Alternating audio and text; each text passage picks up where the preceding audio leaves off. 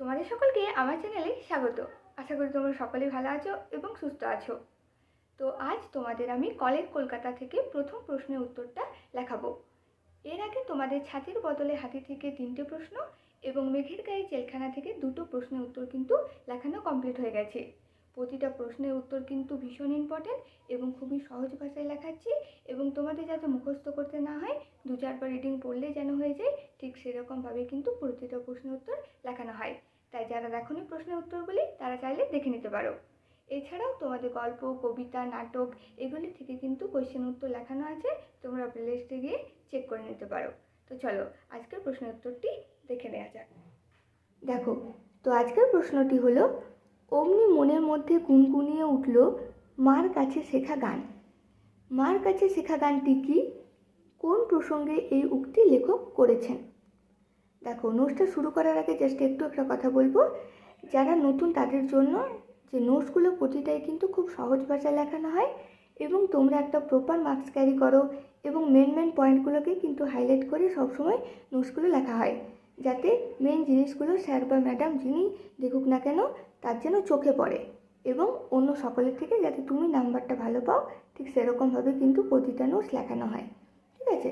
তাই তোমরা শেষ পর্যন্ত দেখো। কোথাও যদি কোনো অসুবিধা থেকে থাকে, কঠিন মনে হয়ে থাকে, বা কোথাও কোনো অসুবিধা থাকে, তাহলে কিন্তু আমাকে কমেন্ট করে জানিও। তো দেখো, উত্তরটা তোমরা কিভাবে লিখবে। লেখক সুভাষ মুখোপাধ্যায় রচিত আমার বাংলা গ্রন্থের কলের কলকাতা রচনাংশ থেকে প্রশ্নোক্ত অংশটি নেওয়া হয়েছে। এই কলের কলকাতা, এটা তোমরা নিচে আন্ডারলাইন করবে ব্ল্যাক পেনে এবং কোটেশন দেবে। পরে দেখো, গানটির পরিচয়, অর্থাৎ অমনি মনের মধ্যে গুনগুনিয়ে উঠল মার শেখা গান, সেইটা কোন গান? তাই গানটির পরিচয়। পয়েন্ট কিন্তু অবশ্যই সবসময় ব্ল্যাক পেনে করবে, রেড পেন কিন্তু কখনোই খাতা ইউজ করবে না। পাঠ্য রচনায় আমরা স্বাধীনতা সংগ্রামের প্রেক্ষাপটে কলকাতা নগরীর কাহিনীর পরিচয় লাভ করি।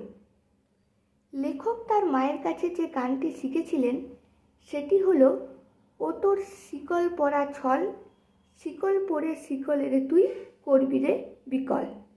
এটা কিন্তু অবশ্যই গানটা ব্ল্যাক পেনে লিখবে। ঠিক আছে? কারণ দেখো, নোটসটাকে পরপর লিখে গেলেই হবে না, সেটাকে সাজিয়ে গুছিয়ে কিন্তু লিখতে হবে।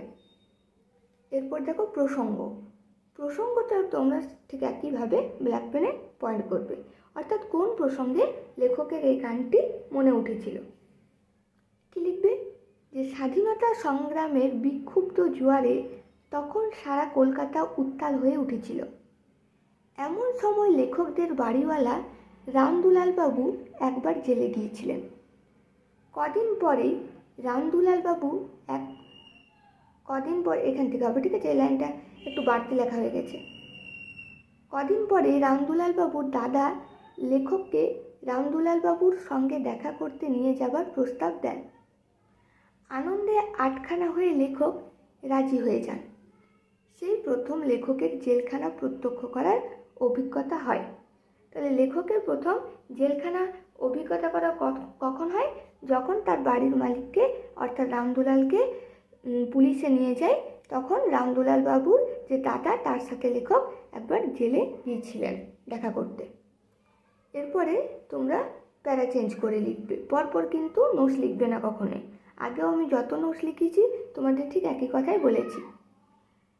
ইংরেজদের জেলখানা মাথা উঁচু করে ঢোকার উপায় ছিল না, সকলকে মাথা হেড করে ভেতরে যেতে হতো। লেখকও তাই করেছিলেন। সেখানে গিয়ে লেখক দেখেন ভ্যানের কয়েদিদের সমবেত বন্দে মাতরম ধ্বনিতে জেলখানা কাঁপছে। এই বন্দে মাতরমটা ব্ল্যাক পেনে লিখবে এবং কোটেশন দেবে, নিচে আন্ডারলাইন করবে। জেলখানায় ঢুকে একটু এগিয়ে বাঁ দিকে শেষ ঘরের চেয়ারে বসে আছেন স্বয়ং সুভাষচন্দ্র বসু।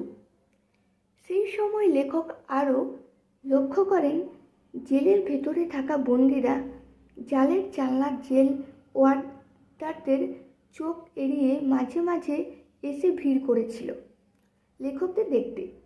এদের মধ্যে একজন লেখককে তার বাড়ির নম্বর দিয়ে অনুরোধ করে বলেন লেখক যেন তার বৃদ্ধা মায়ের কাছে তার ভালো থাকার সংবাদটুকু পৌঁছে দেন। এরপরে আবার প্যারা চেঞ্জ করবে এবং তারপরে লিখবে যে জেলখানা থেকে বেরিয়ে লেখক স্বাধীনতার সংগ্রামীদের কথা ভাবতে শুরু করেন।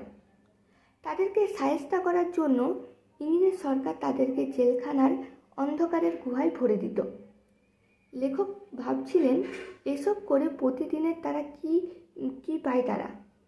অনেক ভেবেও তিনি যখন উত্তর পেলেন না, তখন তার মায়ের শেখা গান মনের মধ্যে গুনগুনিয়ে উঠেছিল। ঠিক আছে, তো নোটসটি বুঝতে কোথাও অসুবিধা হলে কমেন্ট করে জানিও, এবং যদি ভালো লেগে থাকে তাহলে লাইক, কমেন্ট, শেয়ার এবং সাবস্ক্রাইব করে পাশে থেকো।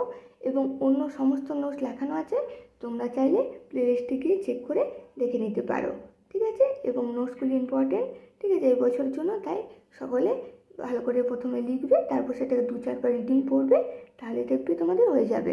খুব জোর জবরদস্তি মুখস্থ করার কোনো প্রয়োজন হবে না। ঠিক আছে, চলো সকলে ভালো থেকো। Thank you.